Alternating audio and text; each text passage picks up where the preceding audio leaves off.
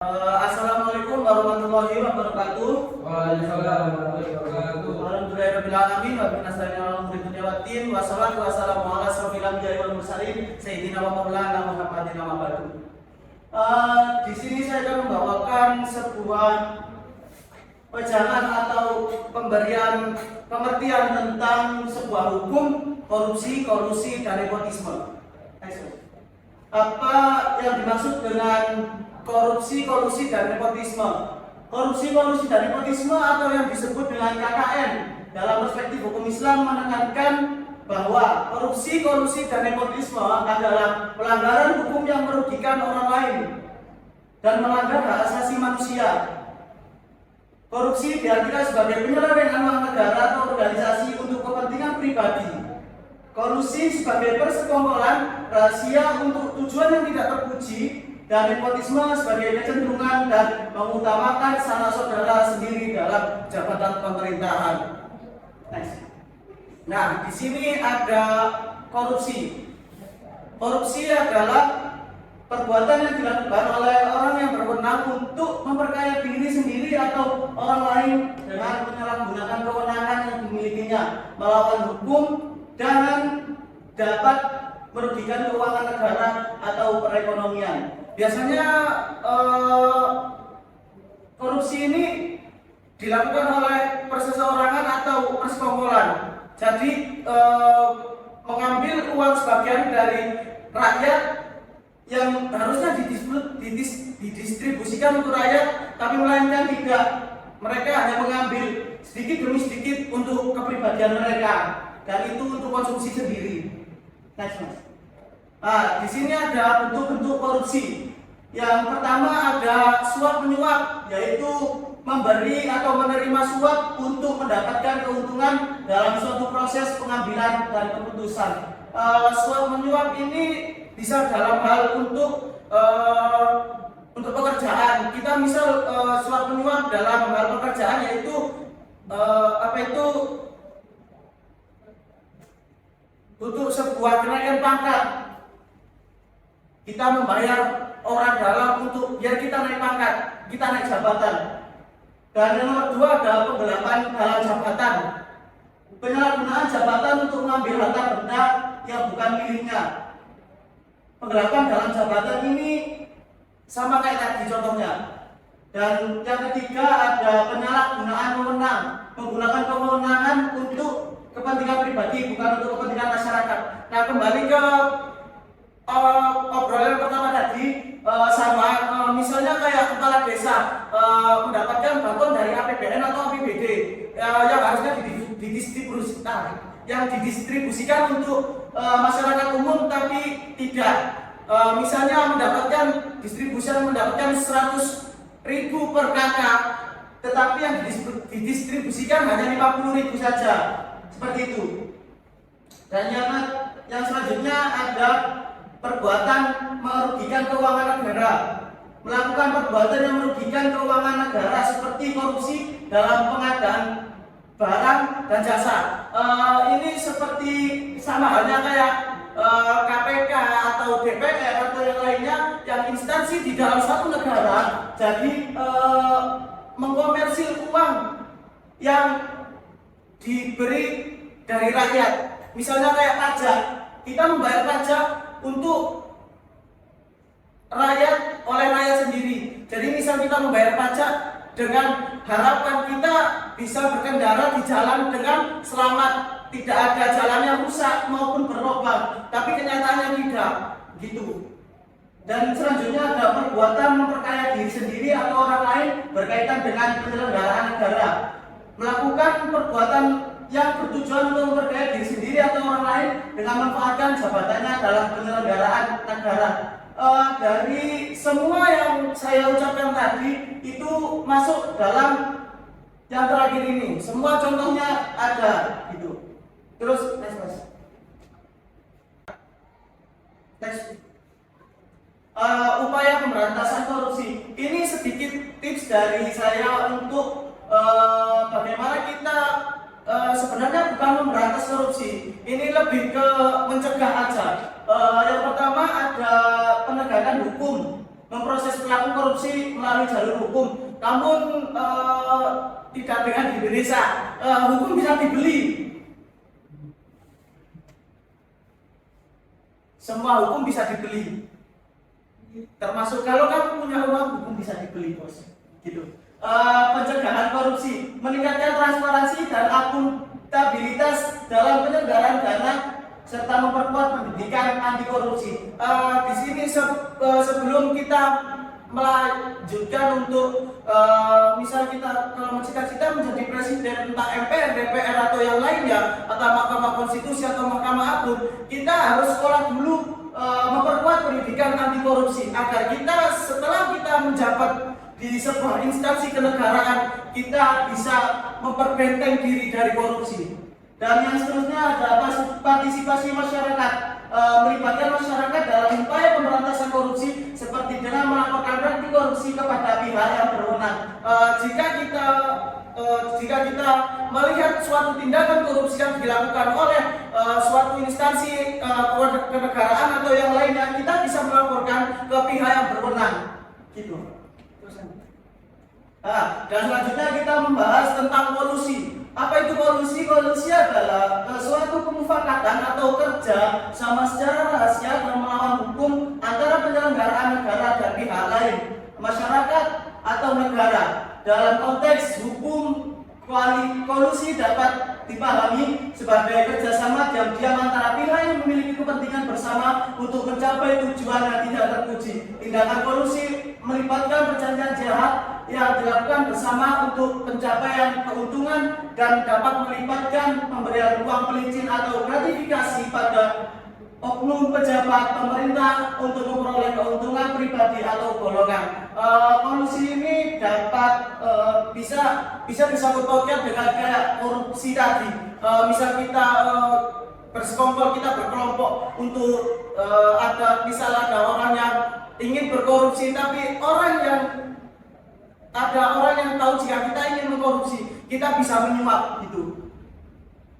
Alasannya dan tujuan untuk kita mengkorupsi tidak diketahui oleh siapapun, seperti itu. Next. Contoh-contoh kolusi.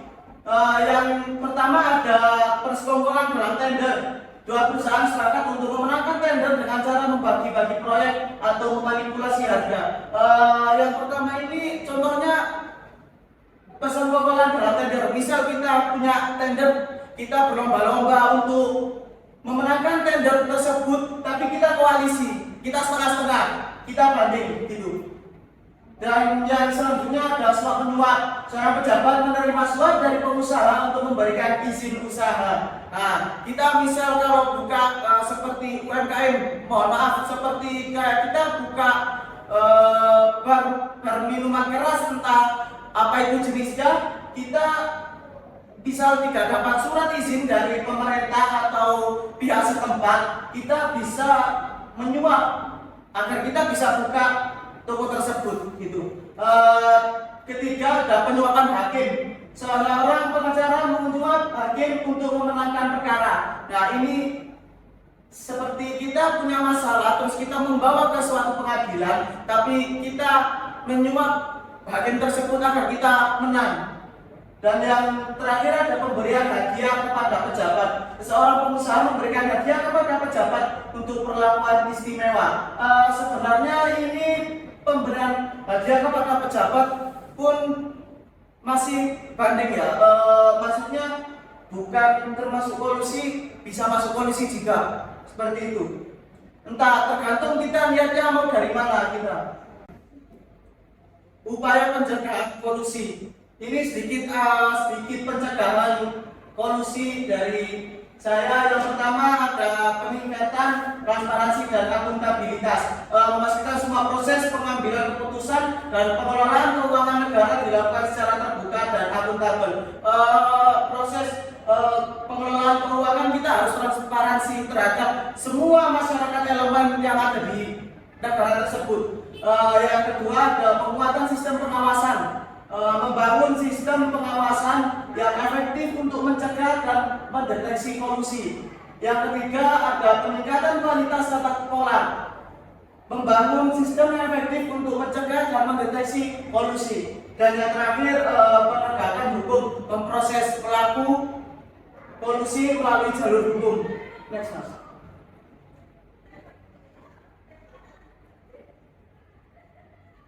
Nah, di sini kita membahas sedikit tentang nepotisme. Nepotisme adalah tindakan yang mengistimewakan hubungan selain kepentingan negara. Dalam konteks hukum, nepotisme dapat dipahami sebagai kecenderungan untuk mengutamakan anggota keluarga, teman akrab atau orang-orang yang terdekat dalam jabatan atau proyek, bukan berdasarkan kemampuan mereka sendiri. Nepotisme dapat terjadi dalam berbagai bentuk, seperti mendahulukan anggota keluarga yang mengisi jabatan, memberikan keuntungan kepada orang-orang yang memiliki hubungan dengan negara penyelenggara, atau mempromosikan orang-orang yang tidak sesuai untuk posisi tertentu berdasarkan kemampuan mereka. Next. Contoh-contoh nepotisme di sini ada seorang pejabat mengangkat anaknya ke dalam jabatan strategis di instansinya meskipun anaknya tidak memiliki kualifikasi yang sama. Seperti kita dalam suatu instansi, mungkin dalam suatu instansi bisa kita ambil dari daerah, kita punya ayah yang kerjanya di bidang DPR, mungkin entah MPR atau mungkin dari yang lain, dari instansi negara, dan kita bisa melobi ayah kita untuk membuat kita bisa jadi bawahannya, seperti kayak kepala desa, entah apa itu terserah. Terus yang selanjutnya, seseorang berusaha memberikan pekerjaan kepada saudaranya meskipun saudaranya tidak memiliki pengalaman dan skill yang dibutuhkan untuk pekerjaan tersebut. Nah, di sini yang nomor 2 ini agak spesifik ya. Mungkin seseorang pengusaha, kita bisa ayah kita menjadi polisi dan anak kita ingin menjadi seperti kita, menjadi polisi gitu. Jadi kita padahal anak kita tidak mampu untuk menjalani semua tes yang ada di suatu kepolisian tersebut. Jadi kita mau nggak mau harus membayar, kisah kasarannya kayak kita membayar orang dalam gitu. Kita membayar orang dalam agar anak kita bisa masuk untuk menjadi polisi. Dan yang terakhir, seseorang guru memberikan nilai yang tinggi kepada anaknya meskipun anaknya tidak mengerjakan tugas dan ujian dengan baik. Ini bisa dilakukan di sekolah maupun di perkuliahan. Misal kalau guru kita atau dosen kita itu orang tua kita, pasti mau nggak mau ayah kita ingin anaknya yang terbaik.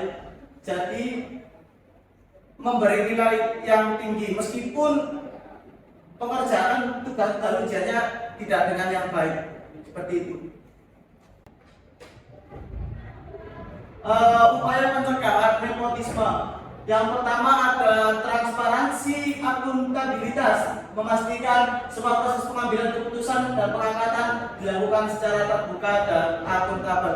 Misal kita kayak ada pemilihan ketua kelas, kita harus transparansi, mulai dari prestasinya mungkin, terus bisa dinilai dari backgroundnya dulu seperti apa gitu. Kita harus transparansi, tidak boleh menunjuk harus kamu jadi ketua kelas, tidak bisa. Kamu negara ini adalah negara demokrasi, seperti itu. Kita harus merembukan suatu obrolan itu dengan sesama. Dan yang kedua ada penegakan hukum, memproses pelaku nepotisme melalui jalur hukum. Kalau kita melihat ada orang yang sudah melakukan nepotisme atau yang lainnya, bisa kita laporkan ke pihak yang berwenang. Terus yang ketiga, peningkatan kualitas tata kelola, membangun sistem yang efektif untuk mencegah dan mendeteksi nepotisme. Dan yang terakhir ada peningkatan kesadaran masyarakat, meningkatkan kesadaran masyarakat tentang bahaya nepotisme dan mendorong mereka untuk melaporkan anti nepotisme kepada pihak yang berwenang. Nah, kesimpulan dari penjelasan tadi, korupsi dan nepotisme adalah korupsi korupsi, dan nepotisme adalah perbuatan yang dapat menjatuhkan suatu rezim dan bahkan menyengsarakan suatu bangsa. Korupsi, dan nepotisme yang dipahami dari segi agama Islam jelas mungkin menunjukkan bahwa hal tersebut merupakan suatu pelanggaran hukum dalam arti merugikan orang lain, melanggar hak asasi manusia. Penyebab terjadinya hal tersebut disebabkan rapuhnya kualitas moral, dan korupsi, nepotisme merupakan kejahatan serius yang dapat merugikan negara dan masyarakat umum. Moral di Indonesia terdapat berbagai peraturan perundang-undangan yang mengatur tentang korupsi, dan nepotisme, dan berbagai lembaga yang berwenang untuk melakukan penegakan hukum dan pencegahan. Upaya pemberantasan korupsi, dan nepotisme harus dilakukan secara komprehensif dan melibatkan seluruh elemen masyarakat. Mungkin itu saja yang bisa saya sampaikan tentang korupsi, dan nepotisme. Semoga kita dijauhkan dari sifat korupsi, dan nepotisme. Misalkan kita melihat kejadian korupsi, dan nepotisme, segera kita bisa melaporkan ke pihak yang berwenang. Terima kasih atas pendengarannya sampean. Saya tutup. Wassalamualaikum warahmatullahi wabarakatuh.